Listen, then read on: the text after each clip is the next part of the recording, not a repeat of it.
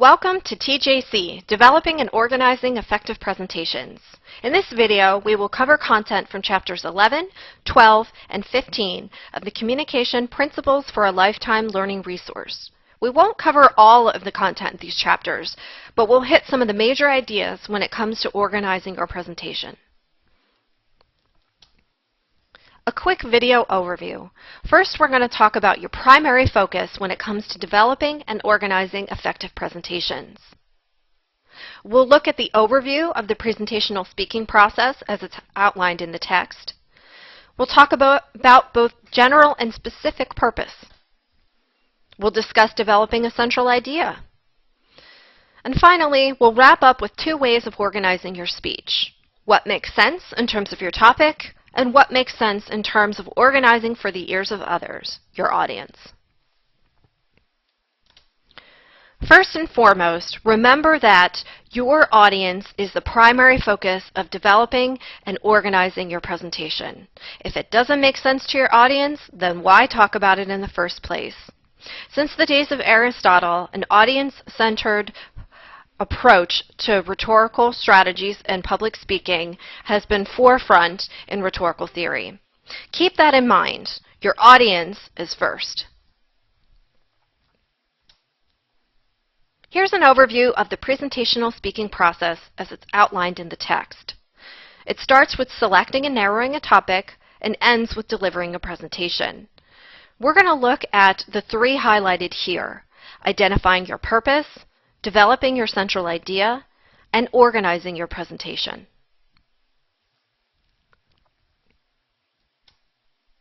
First, what is your general purpose? There are 3 general purposes that are outlined in the text: to inform, to persuade, and to entertain. More often than not, we're called upon to either inform or to persuade in our speeches, and there are 2 chapters that are designated to this primarily. Once we've identified our general purposes, we want to identify a specific purpose. This is a concise statement of what the audience should be able to do by the end of your presentation. Below is a screenshot from chapter 11 of the text. So for example, if my general purpose is to inform, perhaps my specific purpose is, at the end of my presentation, the audience will be able to list 2 benefits for adults of learning to play a musical instrument. If my general purpose is to persuade, on the other hand, perhaps my specific purpose would be, at the end of my presentation, the audience will enroll in a music appreciation course.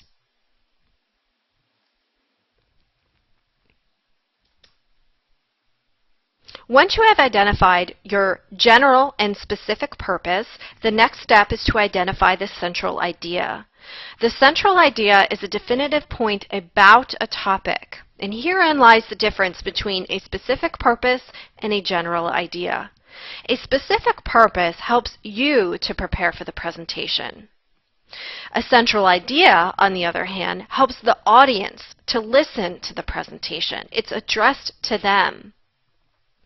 So for example, in this screenshot below, if my topic is foreign language education, my specific purpose may be, at the end of my presentation, the audience will be able to explain 2 reasons foreign language education should begin in the elementary grades.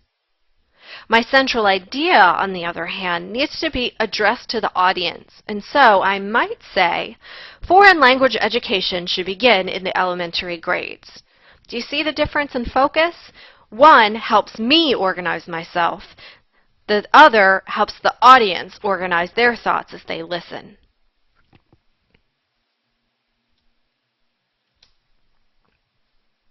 Once you've identified your purpose and your central idea, the next step is to organize your speech in terms of what makes sense for your chosen topic. Sometimes there's no inherent organization to it at all. You'll just have to choose sort of arbitrarily how you want to present your ideas to your audience members. And that's what's called a topical organizational strategy. There are 3 subcategories of topical organization that are highlighted in the text. The first is recency. This is an organizational strategy in which you identify your least important point first and then build to more important points of discussion. This strategy may be used if you sort of want to end with a bang, for example, and end with the most important point. Or you may decide to start with the most important point and move to the ones that are least important. That's what's called a primacy organizational strategy, moving from most to least important. And finally, it may make sense for you to organize in terms of complexity. You may want to start with a simple idea and then build upon that to a more complex understanding of the discussion at hand. That's a complexity organizational structure. All of these are up to the speaker. They're an arbitrary selection of what topics to put first and last in your main point discussion. So it's a topical organization.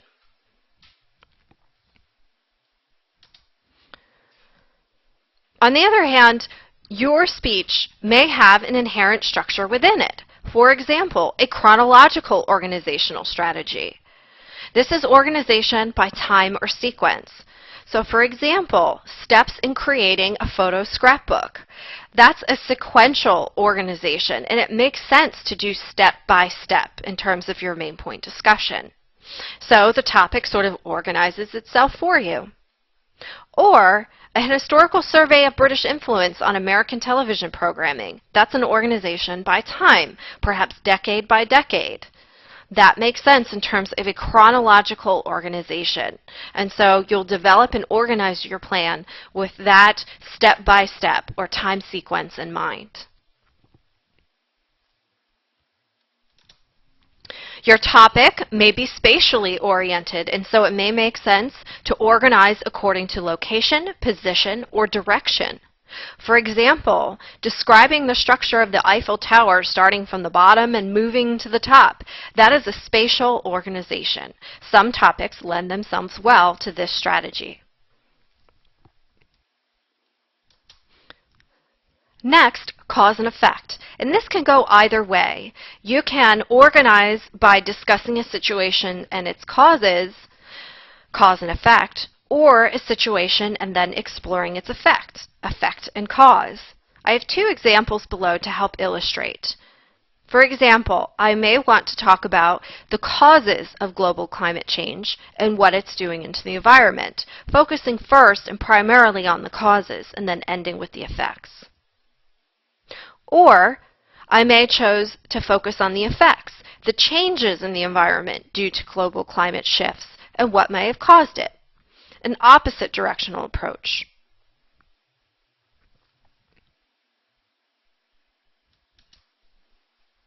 Finally, it may make sense for your topic to organize by way of problem solution.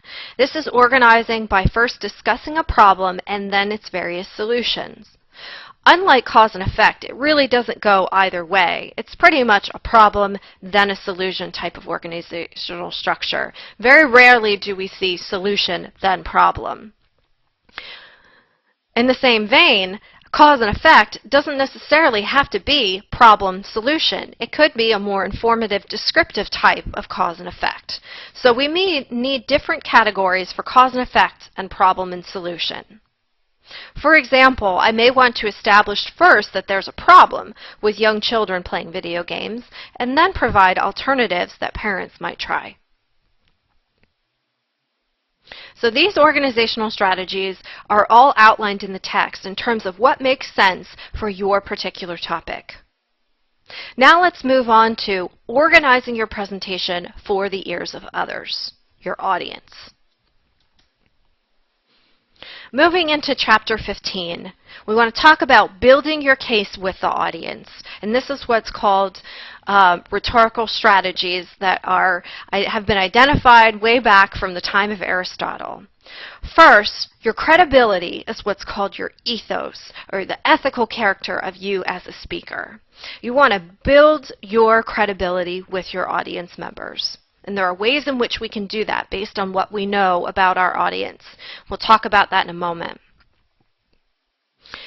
There are ways that you can do this. You can do it logically, or what's called using logos. Logos is logical appeals, using evidence and reason to appeal to your audience members.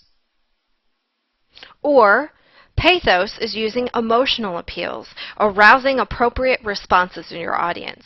Telling an effective narrative, for example, to arouse emotions or move your audience to agreement with you. So ethos, logos, and pathos are all ways in which you can build your case with your audience members and should be built into the development and the organizational structure of your presentation plan. Let's talk about what that might look like in the different types of audiences that you may encounter. First, ask yourself, what do you know about your audience? You may find yourself giving a speech to a receptive audience, an audience that already supports you and your message. For example, you may be asked by a parent-teacher association to come speak about the importance of providing more funding for after-school programs. Since they've invited you to come, and your audience members are parents and educators in the first place, they're probably already on board with more funding for effective school programs. So you want to fashion your presentation and your appeals in a way that speaks to them because they're already on your side. So for example, one of the strategies outlined in the text is to identify with the audience and really play up the similarities and common interests that you have. Talk about the fact that you're all parents or you're all educators and you all want the same things for the children in your school district. You can speak more overtly about your objective when you have a receptive audience. They're already on your side and they probably already agree with what it is you have to say. So you can tell your audience members exactly what you want them to do. Perhaps vote for a budget reform or spend more time with children in developing these after-school programs. And finally, if you have a receptive audience in mind, you're free to use a bit more of emotional appeals. You probably don't have to spend a whole lot of time convincing them that you're right. And so you can use emotional appeals and move them to agreement and action with appropriate emotional responses. So those are some strategies outlined in the text for a receptive audience. But what if you have a neutral audience? What if you don't know really anything about your audience members, that they neither support nor object to your position, and they really don't know you? Strategies outlined in the text include appeal to them early in your speech. You want to get them on your side from the very beginning, and you want to also appeal to common ground. Universal sort of values and beliefs such as safety of children, saving money, clean air, clean environment. These are all things that many people agree on, and you could take a chance and use these types of common ground appeals to get them on your side and to listen to your argument. The text suggests that you appeal to their interests as far as you do know them. If you know anything about their backgrounds or perhaps the context in which you're asked to speak, then use that to your advantage in terms of developing a good appeal. But finally, you may want to limit your appeals. If you're not sure what your audience members are like and what sort of side on the fence they are, you may want to provide a concise, objective argument with limited appeals. Finally, you may find yourself in front of an unreceptive audience, an audience that does not support your message or has objections to your topic.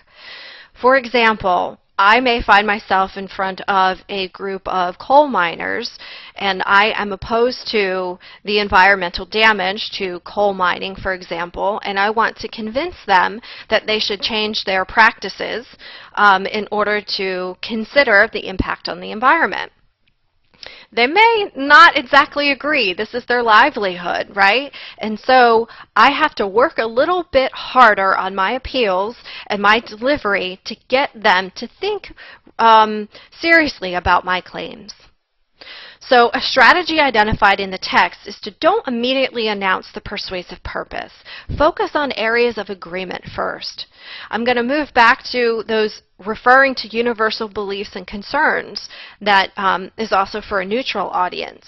So for example, I may appeal to these coal miners by talking about the importance of clean water or clean air, especially when it comes to our communities and our children. That's a common value that even anyone would probably buy into, and so I may use that appeal in order to get them to listen a little carefully to my opposition to their perspective. But at the same time, I want to acknowledge their opposing viewpoints.